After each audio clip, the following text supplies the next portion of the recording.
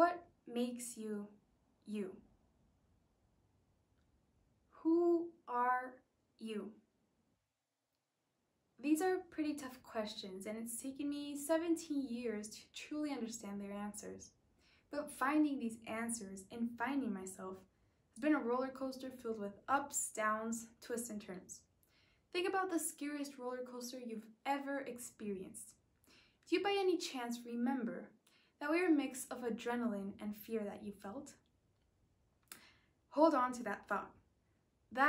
Exactly that is how it feels like to go through the journey of self-love and acceptance. It is terrifying, but it's also absolutely worth it. I went from hating my entire person to loving and admiring the person that I am today. And the funniest part of this entire situation is that no one had a single clue that I was at war with myself. And do you know why? Because we all look so simple. With simplicity, I mean that we only get to see the peak of the iceberg. We don't know what a person is going through, the past that they carry, or the dreams that they have. If only we really knew the complexity and art that there is in each and every human mind, in each personality, or as I like to think of them, in each of our universe. And we should treasure this universe because it's the only thing that truly sets us apart. However, we can also forget the beauty of loving our identities and let our insecurities flood our minds. And when we let our insecurities win, we lose that spark of authenticity and potential that we all carry. And the saddest part of this entire thing is that all of us, or at least most of us, go through this at some point in our lives. In fact, Rachel Hollis, a very talented and inspiring author, wrote something really interesting in her book, Girl Stop Apologizing.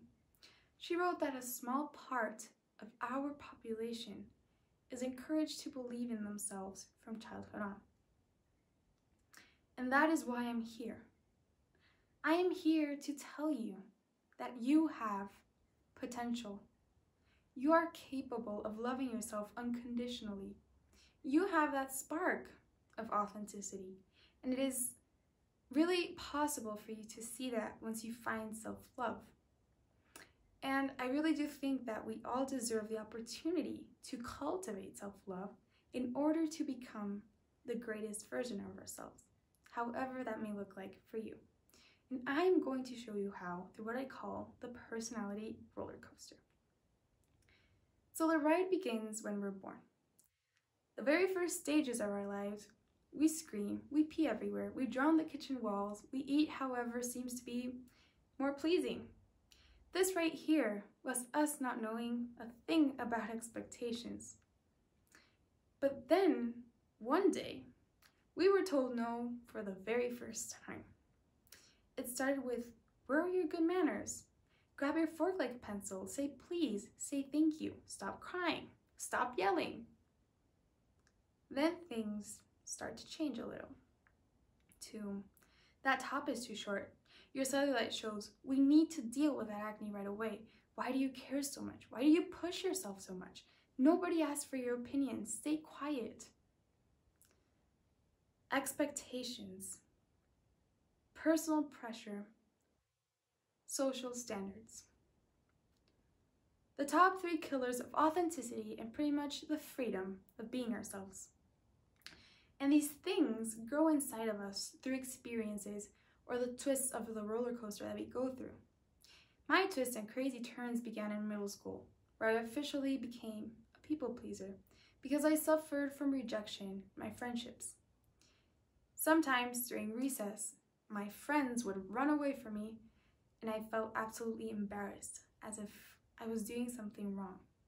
So I started to shape my personality based on who I was with. I learned to fake a smile while I was holding my tears. And most importantly, I learned to shrink myself in order to fit people's expectations. Which leads me to the next part. I have always been an achiever. I love setting goals for myself, and nothing has ever stopped me from pursuing them. When learning how to walk, I would wake up in the middle of the night to practice until one day I did it. In elementary, I always had to have the highest grades because that made me proud of myself. Until one day, people started mocking me about it. So being an achiever turned into something negative for me, as if I were trying too hard to get what I wanted. And the truth is, I have always tried really hard to get what I want. But I just felt like that was another insecurity of mine. So I started to shrink myself for others, and that's when I started to lose myself. But as the COVID pandemic began, I spent a lot of time with myself. And during this time, I realized that fashion was actually a real passion of mine, and I wanted to do something about it. So this crazy idea came into my head of building a fashion blog. And I got that light bulb moment of excitement, but then my entire idea was fogged up by the thought of people in my community, in my school, seeing it. What were they going to say about me? What if I failed? Most importantly, I was afraid of people changing their idea that they had of me because I was doing something spontaneous and different. And that was exactly my problem. I cared too much about the idea people had of me rather than who I actually was. But as I said, I've always been an achiever, so I was going to end up doing the blog anyways.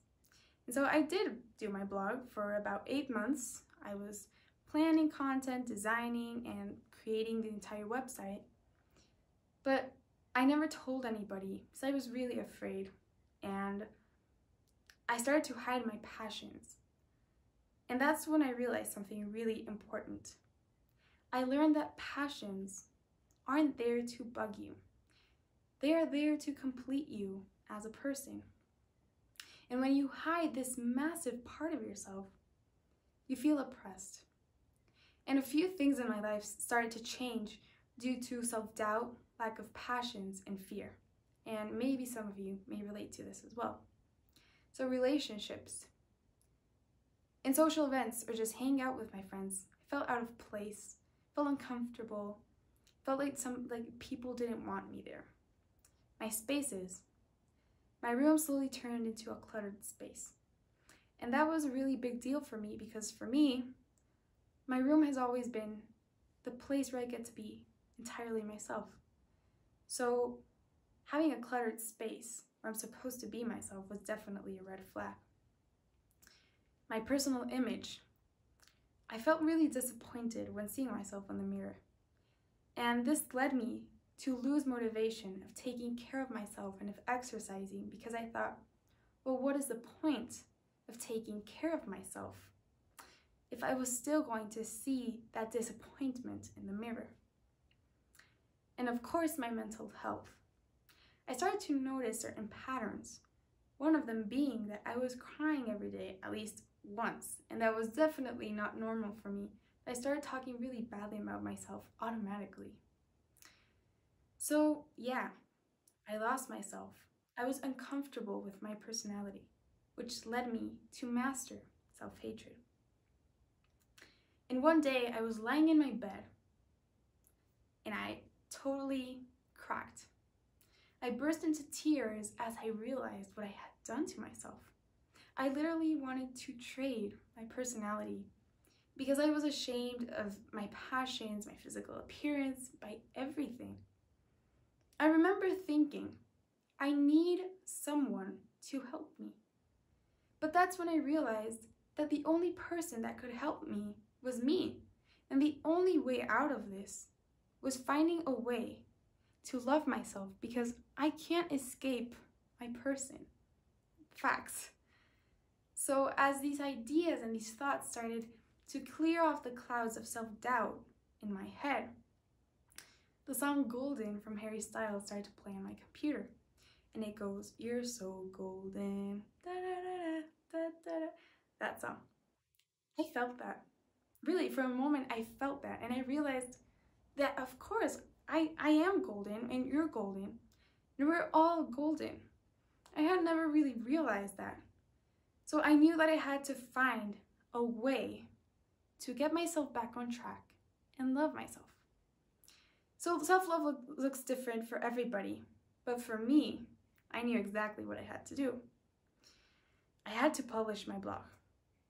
That would prove to myself that I accepted my authenticity and my passions, no matter who liked it or not. It was a way of telling myself that I was free of being myself. So I did it. I published my blog. I told everybody I know, and I was terrified because I thought that I would be losing friendships and receiving weird comments about it. But the truth is that after changing my perspective, I received a lot of love. And most importantly, I found a lot of joy in my passion. So I started making photo shoots. I started uploading posts. I contacted a fashion school in the US to create a fashion club in my school. I built a fashion collection from scratch. I'm now working on a project and collaborating with brands for my blog. And I'm also in the process of designing some dresses for a museum gala. So yeah, I've really found a way to enjoy my passions. And most importantly, even though this is all entirely new for me, it has allowed me to stop hiding myself. So now I'm going to share with you some advice for your journey, and this advice is actually pretty simple. It's composed of one word: instead. Instead of hanging out with people that drag you down and mock you for your passions, be with the people that complete you. Select 5 friends, write their names down, and think who makes you remember how amazing you are. Those people are worth your time and energy. Instead of having that same old habit, talking poorly about yourself and pointing out your insecurities, make peace with your flaws. It's okay to have flaws, but let's accept them. Hype yourself up with 5 compliments every morning that you see yourself in the mirror. Instead of pushing your dreams and passions aside, it's time for you to start planning exactly on how to get your dreams and how to get to your dream life. So start by giving yourself at least 20 minutes a day to work on a passion or a goal. Instead of feeling stuck because you don't know how to find self-love within yourself again, start by taking care of yourself. Wake up 10 minutes earlier, or exercise half an hour, or plan a healthy breakfast, or even go take yourself on a date for some coffee. Self-care eventually turns into self-love.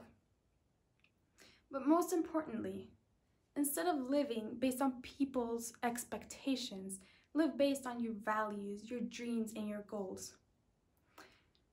Write down 3 goals that you have, 3 values or qualities that make you you, and 3 things that you want to work on yourself.